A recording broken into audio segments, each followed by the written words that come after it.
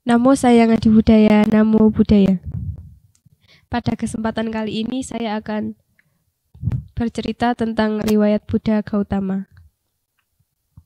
Pada zaman dahulu kala, ada sebuah kerajaan yaitu Kerajaan Kapilawastu. Di sana ada seorang raja dan istrinya. Pada suatu hari, istrinya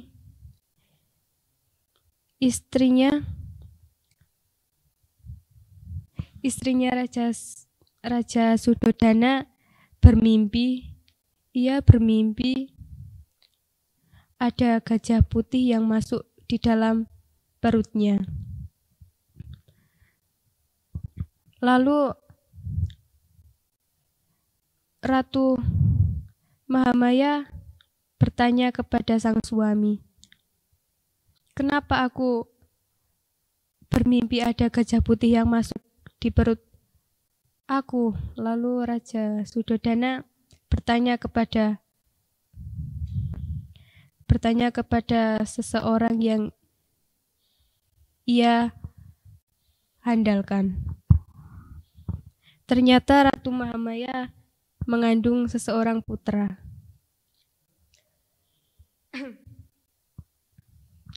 Lalu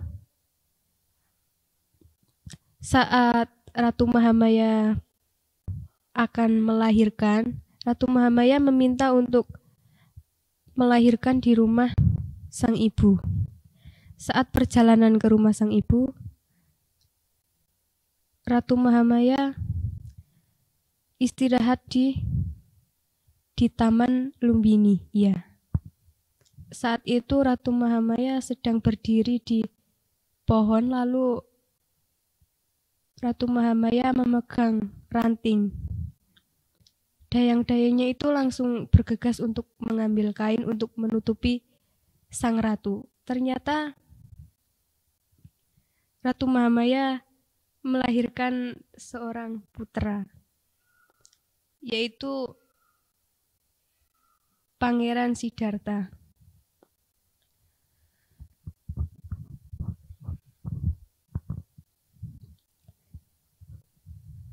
Singkat cerita, lalu Raja Sudodana itu mengundang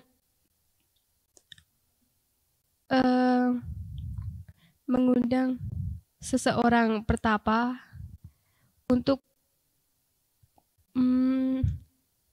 mensyukuri anaknya yang baru lahir.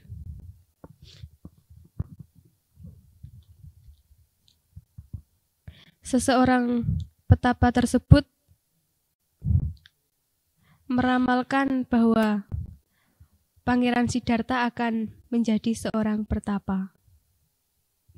Lalu Raja Sudodana gelisah karena ia memiliki seorang putra, tapi dia tidak ingin bahwa putranya menjadi seorang pertapa.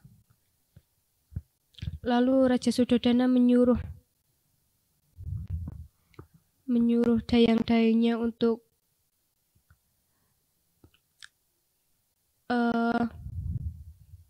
menghibur sang pangeran untuk di istana terus. Sang pangeran tidak boleh keluar istana, karena bila sang pangeran keluar istana, ia akan melihat 4 peristiwa, yaitu yang pertama,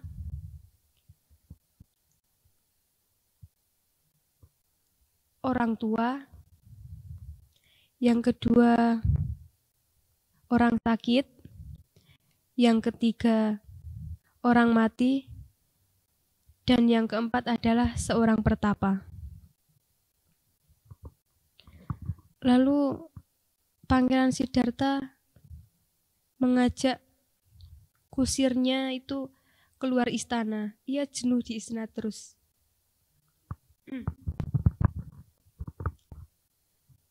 Sang pangeran meminta. Lalu Raja Sudodana mengizinkannya. Saat sang pangeran keluar istana, ia terkejut karena ia melihat hal-hal yang belum pernah ia lihat di istana. Lalu ia berpikir dan terus berpikir saat pulang ke istana. Sang pangeran memutuskan untuk menikah. Iya, sang pangeran menikah dengan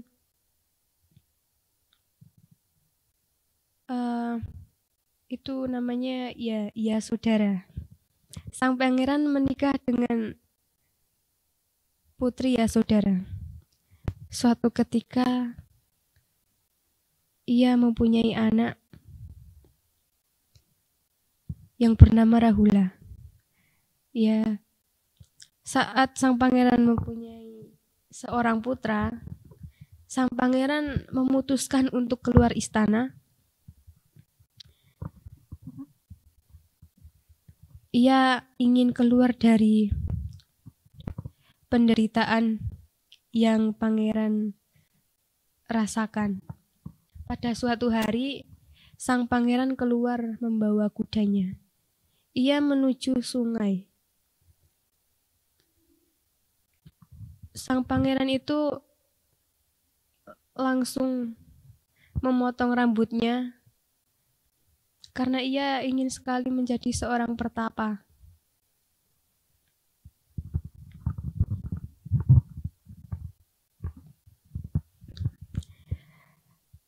Saat ia menjadi seorang pertapa, ia melakukan pertapaannya itu sangat keras.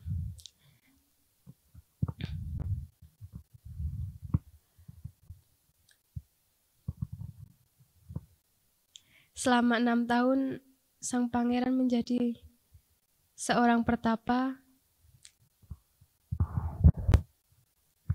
Setelah menjalani pertapaan yang sangat panjang, ia mempunyai banyak sekali pengikut. Karena sang pangeran sudah mencapai penerangan sempurna. Saat itu sang pangeran sudah menjadi Buddha. Saat itu Buddha Gautama sangatlah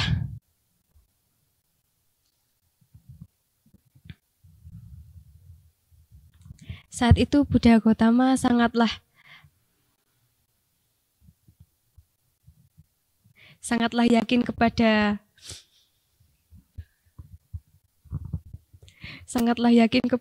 apa yang telah Buddha Gautama lakukan selama bertahun-tahun. Ia meninggalkan semuanya, meninggalkan istri, meninggalkan anak, meninggalkan harta, semuanya ia tinggalkan demi menjadi seorang pertapa. Dan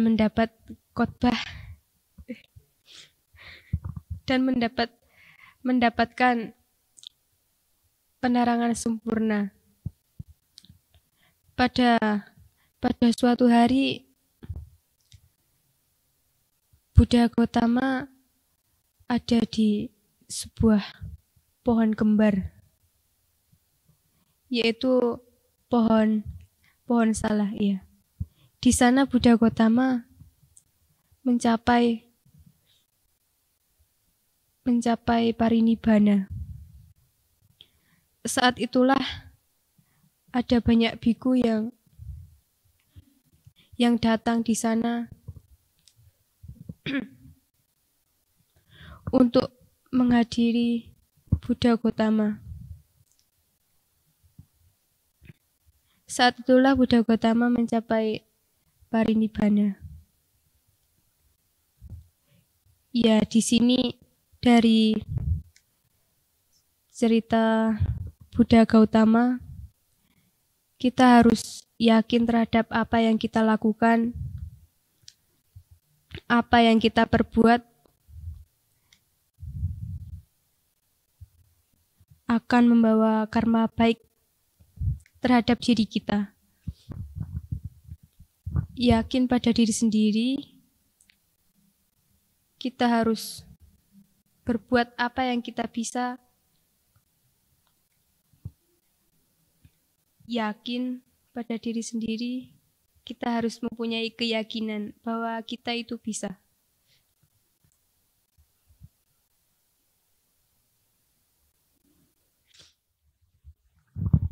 Keyakinan yang apa kita yakini itu akan membuat karma baik yang besar yang kita dapat, kita peroleh. Kita harus mengembangkan apa yang kita yakini.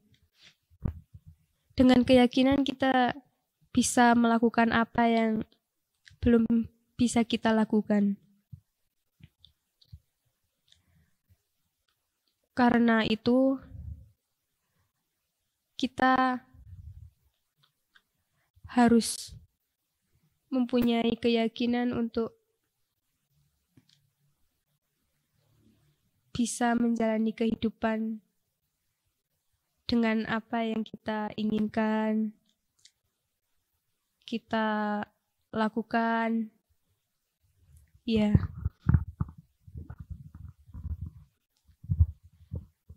Semua yang kita perbuat itu dalam diri kita. Kita harus melakukan sesuatu dengan yakin,